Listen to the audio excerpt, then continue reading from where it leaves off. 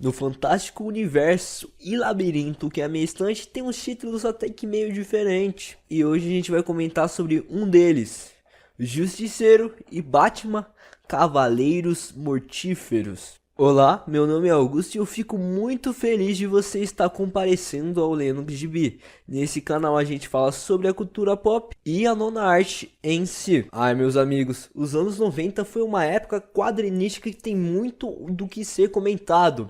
Até pelo menos essa parte de crossovers, que teve crossovers de todas as editoras.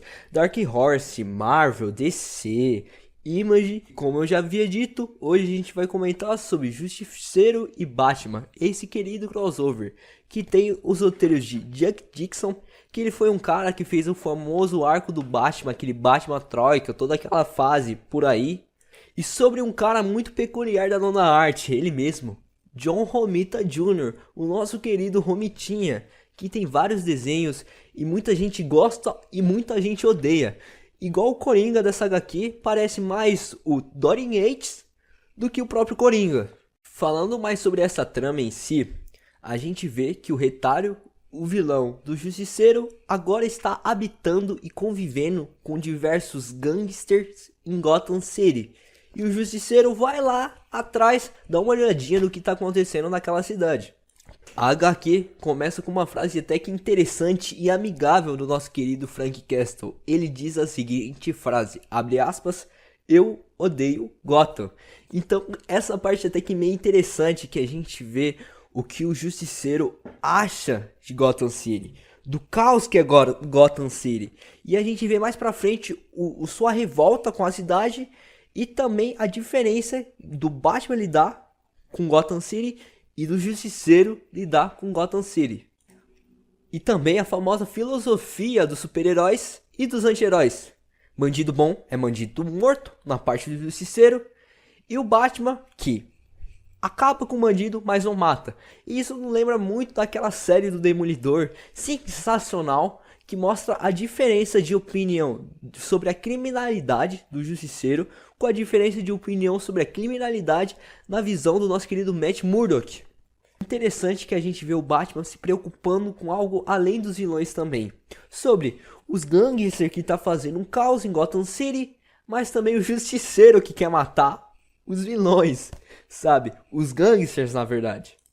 Em um certo ponto da HQ, a gente vê a preocupação dos gangsters a respeito do nosso querido Frank Castle, porque o Batman não mata. Então, querendo ou não, isso alivia um pouco do fardo dos gangsters. Mas o Justiceiro sem dó e nem piedade. Então a gente vê que eles ficam até com o pé atrás.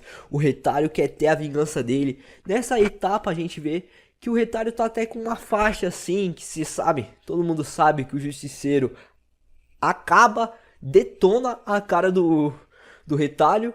Então a trama se baseia meio nisso. A gente vê que o Coringa e o Retalho criam forças entre si, mas como o Coringa é o traiçoeiro e o Retalho também acaba rapidamente essa trama. Em uma cena a gente vê Frank Castle em uma espécie de salão contra esse bando de gangue, sabe?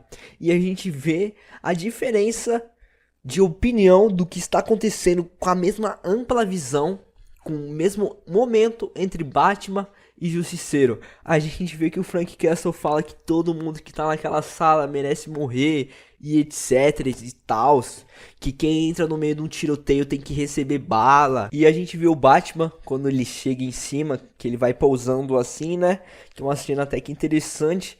A gente vê que ele entende que esse era o que o Coringa queria, esse caos, e o Frank Castle estava colocando lenha na fogueira, porque ele só queria sangue, né. Vemos um olhar mais analista do Batman, ele querendo arrumar aquela situação, sabe? É uma história simples, com um roteiro muito raso, mas é só interessante, pelo menos eu curto, ver um cara que tem princípios de herói diferente do que um anti-herói. E chega uma parte que a gente vê Batman contra Retalho e Coringa contra Justiceiro. É interessante que a gente vê que o Coringa fica falando um pouco da família do Frank Castle, que o Retalho tinha contado a história dele toda, e isso irrita cada vez mais o Justiceiro, sabe?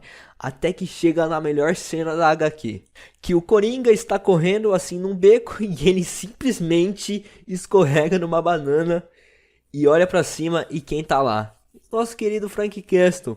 E a gente vê uma cena que eu acho que nem o Coringa esperava. O Coringa fala que ele não tem nada a perder, que ele é simplesmente louco.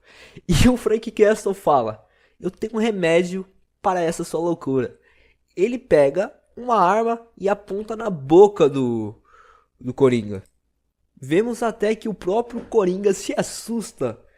E quando ele vai apertar o gatilho, chega, obviamente, né? Não há nem ajuda do roteiro. Chega o Batman impedindo ele.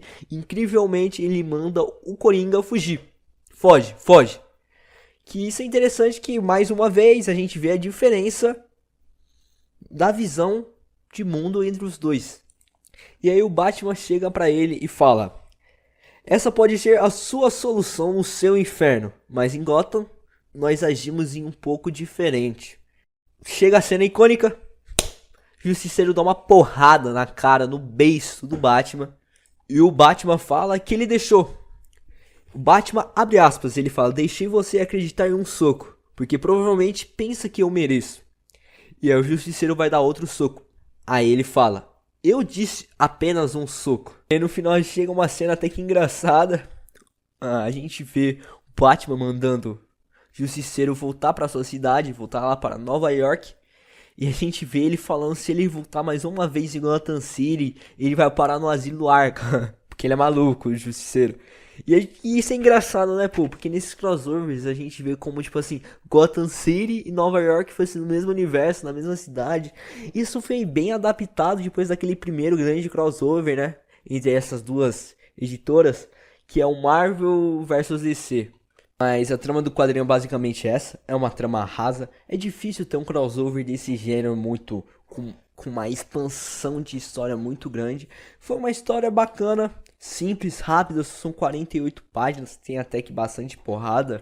O único ponto que essa história entrega, que eu acho que é o básico que a gente esperava, que é a diferença de caráter entre os dois, que isso é o necessário. Ah, e você chegou até aqui, mano, se você chegou até aqui, significa que pelo menos um pouquinho do conteúdo você gostou. Então, se inscreve no canal e deixa o seu like, porque esse estilo de vídeo para editar, gravar o áudio, ler o gibi, é um processo até que meio demorado, dedica bastante horas do meu dia a dia. Tá aí o que você achou da HQ, comenta qual que é o próximo crossover que você quer ver, que a gente pode falar aqui no canal. Calma, não acabou por aqui.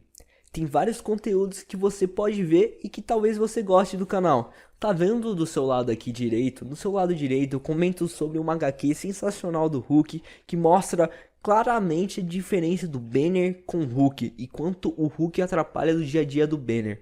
E no seu lado esquerdo tem uma HQ do Deadpool e Wolverine do Marvelverse, que incrivelmente não aparece o Deadpool e o Wolverine juntos. Clica uma das duas aqui. E é isso, pessoal, vou ficando por aqui. Muito obrigado por chegar até esse exato momento.